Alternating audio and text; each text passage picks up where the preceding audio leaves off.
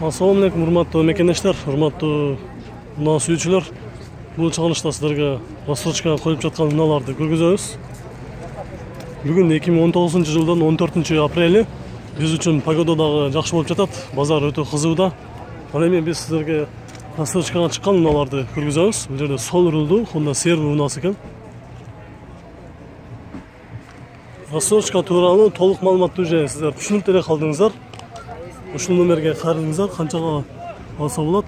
Толук маалыматты кайрадан дагы деле көрө электер болсо билсеңиздер болот. Биз бул видеого чейин сиздерге көптөгөн видеолордо айтып түшүндүрүп келип жүрдүк. Бир жылга канча алса болот, наличке канча алса болот, кандай документтер керек делет, анын баарын түшүндүргөнбүз. Эми сиздерге кайсы унаалар чыкты, ошолорду гана көргөзүп коюп кетебиз. Ички салондорун көрүп коюңуздар.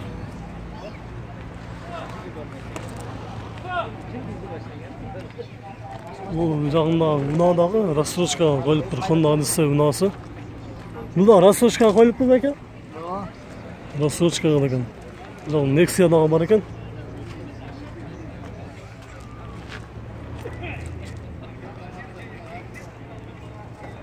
Жолна жашыл түстө BMW. Бул дагы рассрочкада. Дөңгөлөктөрүн караңыздар, казан диска деген.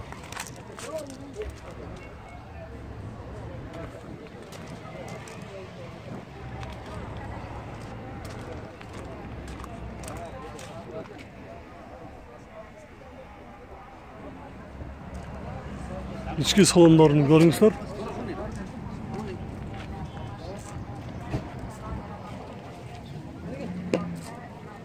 Lexus.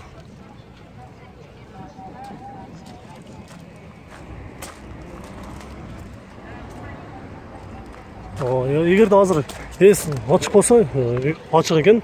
Ички салондору сиздерге ушул Lexus'у дагы көргөзүп коеюн.